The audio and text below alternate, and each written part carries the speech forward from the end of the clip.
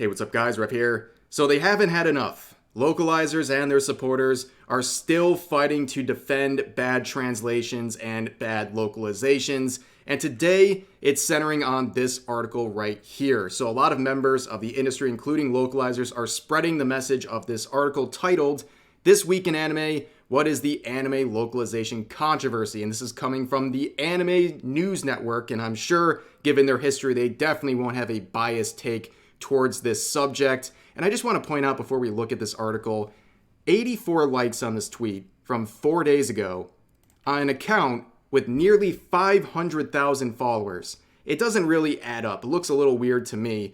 But anyways, like I said, members of the industry, including localizers, infamous localizers like Katrina, have come forward to spread the message, referring to the article, saying, "Last retweet, fantastic article, really hit on where this controversy is coming from and point out the hypocrisy of it all. Remember, friends, they don't care about translation. They just want to be mad." And just like the other localizers being criticized during the last couple of weeks, they are brushing off all of the valid criticism as just the angry words of people who want to be upset about something. But of course, Katrina would have some skin in this game because, of course, she wants localizers to be portrayed in a better light, and that all the criticism is invalid because she is someone who has routinely made bad translations and supported other localizers who are making bad translations. But nonetheless, here is the article. It says, Nick and Chris weigh in on the vitriol and misinformation swirling around AI usage and localization in anime and manga translation. Disclaimer: the views and opinions expressed by the participants in this chat log are not the views of the Anime News Network, except for the fact that they are posting this article on their website and promoting it on their social media. But nonetheless, as you can guess, they were not cooking with this article. And speaking of cooking, let's remind ourselves of the sponsor of this channel for this month. That's right, ladies and gentlemen, the Giga Chads over at Factor have returned to sponsor this video. Get 50% off your first Factor box and free wellness shots for life using my link. That means you can choose 2 free wellness shots from 3 available flavors for every order while you're an active subscriber. Click the link in the description or scan the QR code with your phone. Now, what is Factor? It is a trusted, pre-made meal delivery service that features a large category of meal options for you to enjoy without the hassle of having to waste time cooking. Look, you're busy. You have the latest seasonal waifus to simp over, the latest rev banger to watch, and so on and so forth. You don't have time to go to the grocery store or to cook. Factor offers convenience, delicious pre-made meals that are ready to eat after only a few minutes in the microwave. I love Factor because they offer not only delicious meals, but also high protein and diet conscious meal options for people like me who want to maximize their gains at the gym. It's a new year, so why not start it off the right way by giving yourself delicious and nutritious meals that will support whatever journey you are on. If you want to give Factor a try, go to the link in the pinned comment to get 50% off your first box and free wellness shots for life. Thanks again to Factor for sponsoring this video. Now let's jump back into the content.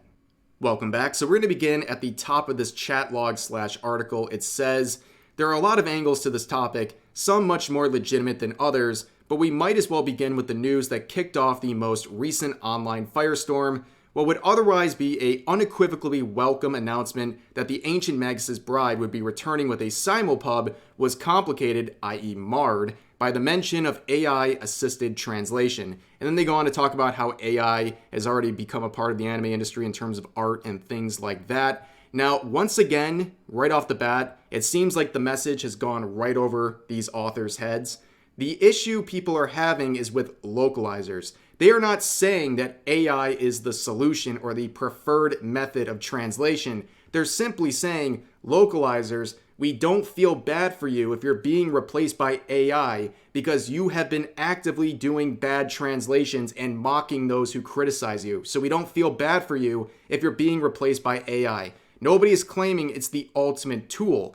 But in this case, they are claiming in this article, and other localizer supporters are saying as well, that there's a big problem with AI translations, and it's a glaring thing. It can never work. And they start by pointing out Ancient Magus' Bride, the recent English translation that used AI-assisted translations. Now, the logical next step would be, okay, look at the actual AI translations and start pointing out the flaws. If it's so flawed, it should be easy for these people to point it out. In fact, this is something that was covered by the anime news networks. So why wouldn't these people begin looking through these AI translations and finding all these supposed glaring issues with this translation?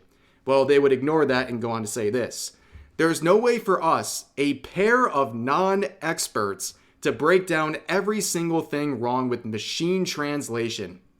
That is not a very good start, ladies and gentlemen. Basically saying we are completely unqualified to have an opinion on this. And then they say, but the simple fact is that it does not work. Well, I guess we just have to take your word for it.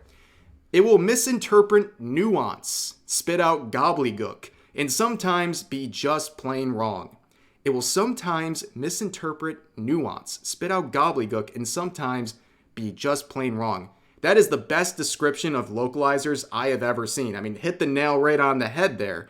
And then they go on to say anyone who has used the auto-translate feature on Twitter should know it can undoubtedly give you the gist of the message occasionally, but it's not the kind of tool I want anywhere near arts and entertainment.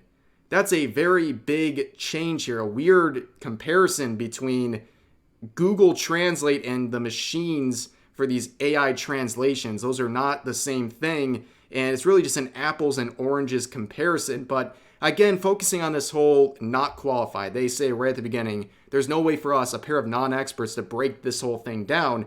Well, you're right on par with the people that have been the center of this whole thing. And speaking of nuance, please explain to me the nuance of this localization, the patriarchy one everyone's been talking about. The reason this is the prime example everyone uses is not because it's the only example, it's because it's the most egregious and easy to digest one. And you have to say, if you want to talk about nuance, where is the nuance here? Adding in all of this. Is that the nuance that these machines are missing? And going forward in terms of qualifications, the person who made that localization, Jamie Marchi, she's not qualified either. She doesn't speak Japanese. And neither do the script adapters for these dubs. So I guess nobody is qualified to be talking about these things, but we're supposed to trust all of their opinions on AI and also localizations. But they go on to say, distrust giving way to disinformation has been a part of the discussion around anime translation and localization since I debated Dragon Ball Z character names with my schoolyard friends. So trust me when I say there's nothing technically new about anime localizers being treated as boogeymen by subsets of fans. It's just been reskinned into this generation's vitriolic culture war. Now, this is a very interesting passage right here.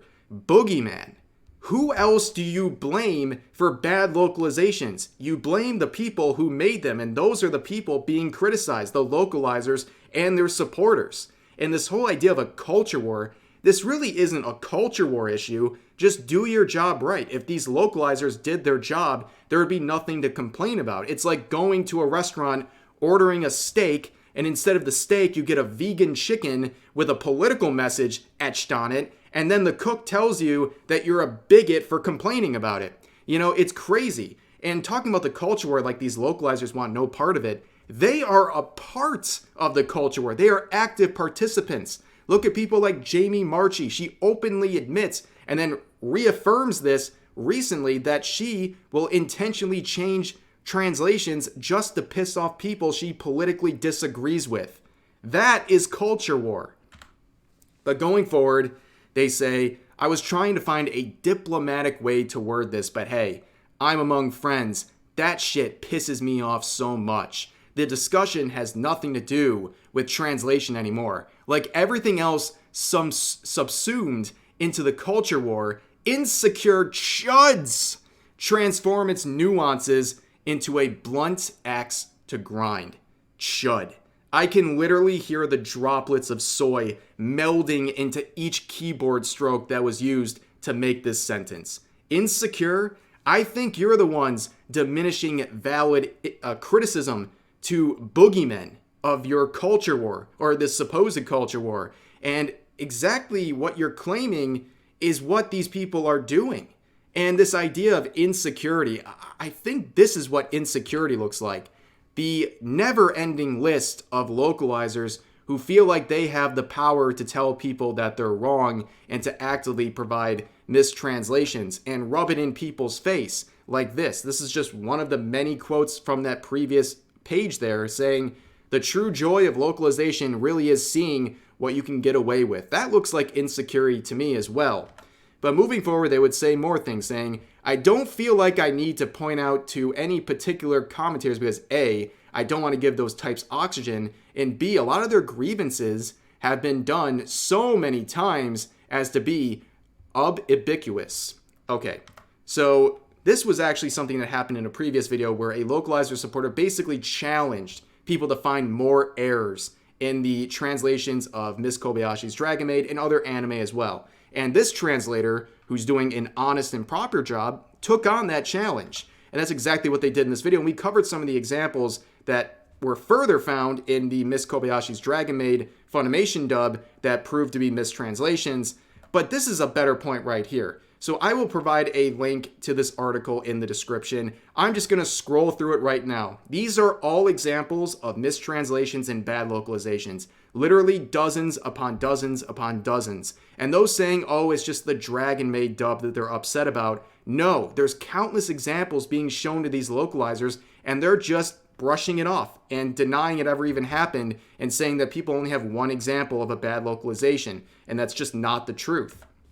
But going forward, they made more claims saying, it makes for some real irony in Bushi Road of all the people making front page news for going the AI translation route, since their own English releases of their previous franchise material had showcased some wild examples. These are objectively hilarious, and of course they flew right under the radar of the types trying to score culture war points on YouTube.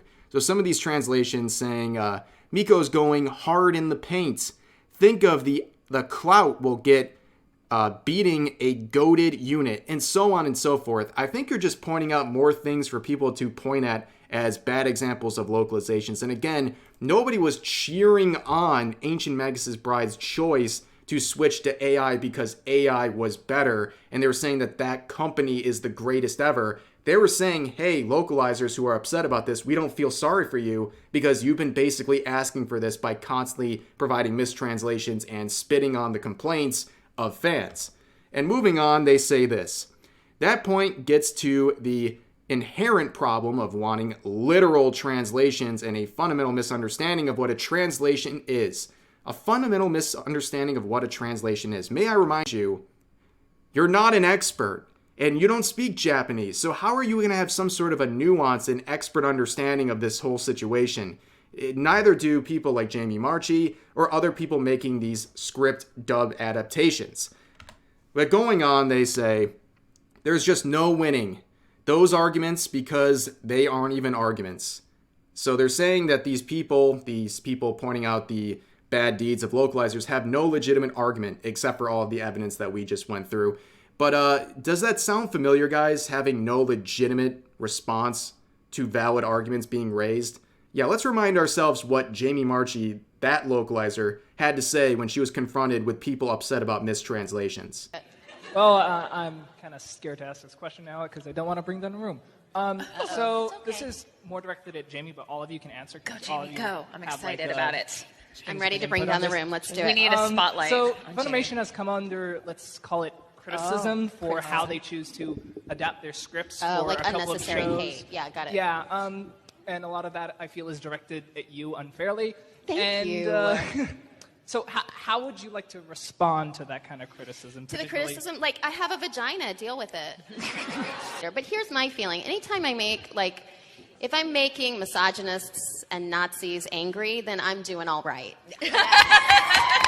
Yeah, quite the valid argument, am I right? Yeah, we all know it's not very surprising that these localizers have had such a historically bad attitude towards people within their own industry, their own fans who are complaining about mistranslations. They have no respect for the source material, and they have no respect for the people that are pointing out these errors. And it's not surprising. We've talked a lot about anime and manga localization over the past couple of weeks, but I think it's been a very important conversation. It's something that should continue, and it continues to get the attention of the Japanese side of users as well, and that's definitely another story that's brewing. But yeah, that's going to do it for this video. I hope you guys enjoyed. Please share all of your thoughts about today's topics in the comment section down below, and I'll see you guys next time.